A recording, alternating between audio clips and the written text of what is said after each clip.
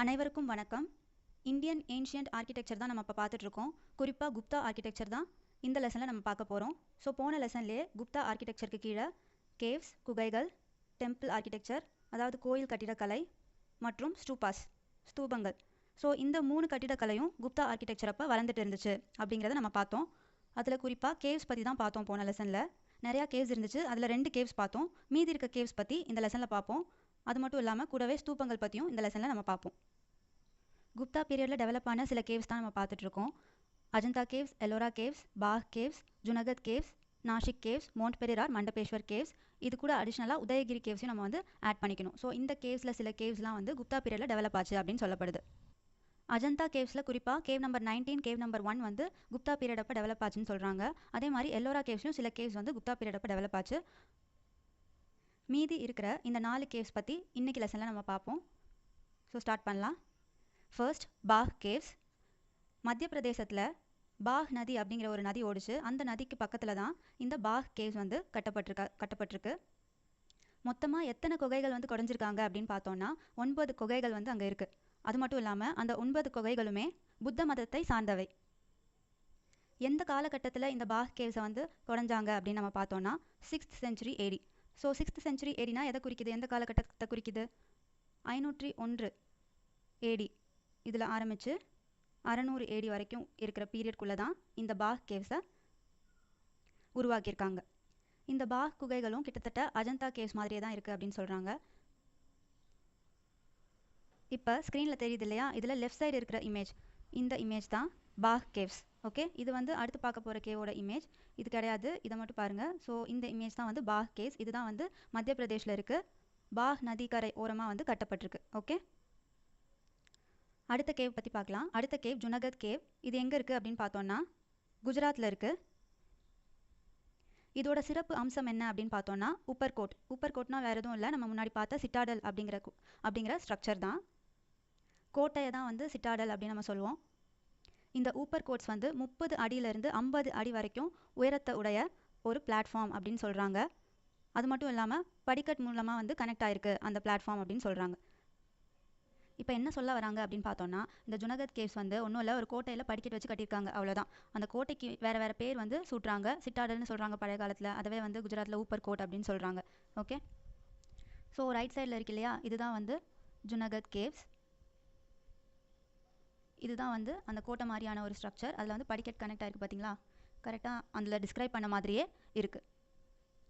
So பாக் caves மத்திய பிரதேஷில் இருக்குது. Junagadh caves குஜராத்தில் இருக்குது.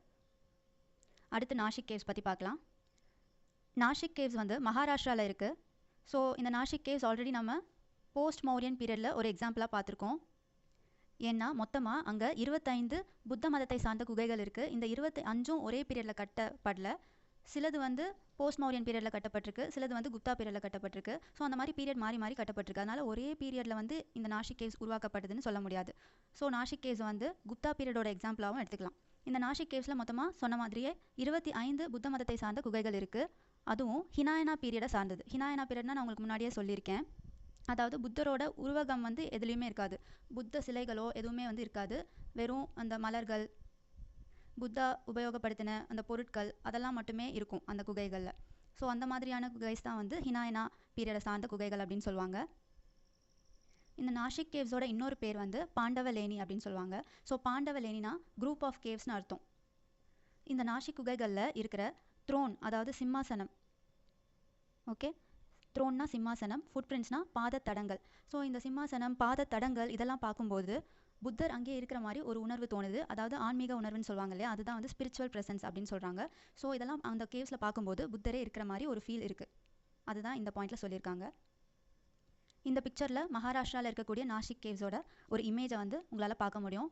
ஸோ இந்த என்ட்ரன்ஸ் வழியாக நம்ம போனோன்னா உள்ளே புத்தரோட சிம்மாசனம், அது மட்டும் இல்லாமல் பாதத்தடங்கள், அந்த மாதிரியான ஆப்ஜெக்ட்ஸ்லாம் நிறையா இருக்கும். ஸோ அதெல்லாம் நம்ம பார்த்தோன்னா புத்தர் அங்கேயே இருக்கிற மாதிரி நம்ம ஃபீல் பண்ணுவோம். அதுதான் அந்த ஸ்பிரிச்சுவல் ப்ரெசன்ஸ். அடுத்ததாக நம்ம பார்க்க போகிற cave mount Periyar or Mandapeshwar cave.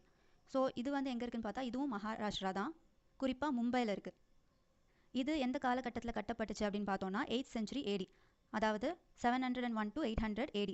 இந்த குறிப்பிட்ட காலகட்டத்தில் தான் இந்த மவுண்ட் பெரியார் ஆர் மண்டபேஸ்வர் கேவ்ஸை கட்டமைச்சாங்க. இந்த குகையோட இம்பார்ட்டன்ஸ் என்னென்னா, இதோட ஸ்பெஷாலிட்டி என்னென்னா, கிறிஸ்டின் மதத்துக்கு மாற்றப்பட்ட, அதாவது எந்த மதத்தில் இருந்துன்னா பிராமண மதத்திலேருந்து, குறிப்பாக ஹிந்து மதத்தில் இருந்து கிறிஸ்டின் மதத்துக்கு மாற்றப்பட்ட குகை இதுதான். இந்த மாதிரி கிறிஸ்டின் மதத்துலேருந்து ஹிந்து மதத்துலேருந்து கிறிஸ்டின் மதத்துக்கு மாற்றப்பட்ட ஒரே குகை வந்து இந்த mount Periyar or Mandapeshwar caves தான். ஸோ இது வந்து ரொம்பவே இம்பார்ட்டண்ட்டான பாயிண்ட், இதனால் ஞாபகம் வச்சுக்கோங்க. இந்த இமேஜில் நீங்கள் பார்க்குறது தான் mount Periyar or Mandapeshwar cave. இது எங்கே இருக்குன்னா மும்பையில் இருக்குது. ஸோ ஸ்டேட் வந்து மகாராஷ்டிரா. ஸோ குப்தா ஆர்கிடெக்சருக்கு கீழே கேவ் ஆர்கிடெக்சரில் எல்லா கேவ்ஸ் பற்றியும் பார்த்தாச்சு. Ajanta, Ellora, Bagh, Junagadh, Nashik, mount Periyar or Mandapeshwar caves. Udayagiri கேவ்ஸையும் நீங்கள் இன்க்ளூட் பண்ணிக்கோங்க, அது மத்திய பிரதேஷில் இருக்குது. அடுத்ததான் நம்ம பார்க்க போகிற டாபிக் ஸ்டூபாஸ். குப்தா பீரியடில் ஸ்டூபாஸோட கன்ஸ்ட்ரக்ஷன் ரொம்ப குறைவாக தான் இருந்துச்சு. ஸோ அதோட கிளைமேக்ஸ் பீரியட் எப்போ ரீச் ஆச்சு அப்படின்னு கேள்வி கேட்டால் என்ன ஆன்சர் சொல்வீங்க? நம்ம முன்னாடியே பார்த்துருக்கோம், அதனால் கேட்குறேன்.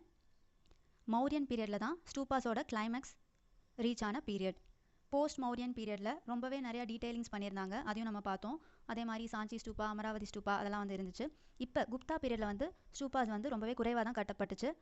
And the most important stupa, அதாவது குப்தா பீரியடில் கட்டப்பட்ட ரொம்பவே முக்கியமான ஸ்டூப்பான்னு பார்த்தோன்னா அது வந்து தாமேக் ஸ்டூபா. இது எங்கே இருக்குது அப்படின்னு பார்த்தோன்னா சார்நாத்தில் தான் இருக்குது. சார்நாத் எங்கே இருக்குதுன்னு பார்த்தோன்னா உத்தரப்பிரதேஷில் இருக்குது. ஓகே, யூபியில் தான் இந்த தாமேக் ஸ்டூபா இருக்குது. இது ஒரு குப்தா ஆர்கிடெக்சரோட எக்ஸாம்பிள். இந்த ஸ்டூப்பா இனிஷியலாக வந்து அசோகாவால் தான் வந்து தொடங்கப்பட்டுச்சு அப்படின்னு சொல்கிறாங்க. ஸோ மௌரிய அரசரான அசோகா தான் இதை வந்து இனிஷியலாக கட்டுறதுக்கு ஸ்டார்ட் பண்ணியிருக்காரு. ஆனால் 500 CEல தான் இதை ரீப்ளேஸ் பண்ணி இந்த தாமேக் ஸ்டூப்பா வந்து உருவாக்குனாங்க. இந்த படத்தில் பார்க்குற ஹைட்டுக்கு இது இல்லை. ஆக்சுவலாக 500 CEல கிட்டத்தட்ட 44 மீட்டர் உயரத்துக்கு இந்த ஸ்டூப்பாவை கட்டியிருக்காங்க. ஆனால் இப்போ மிஞ்சி இருக்கிற ஹைட் என்னன்னு பார்த்தோன்னா 28 மீட்டர் தான்.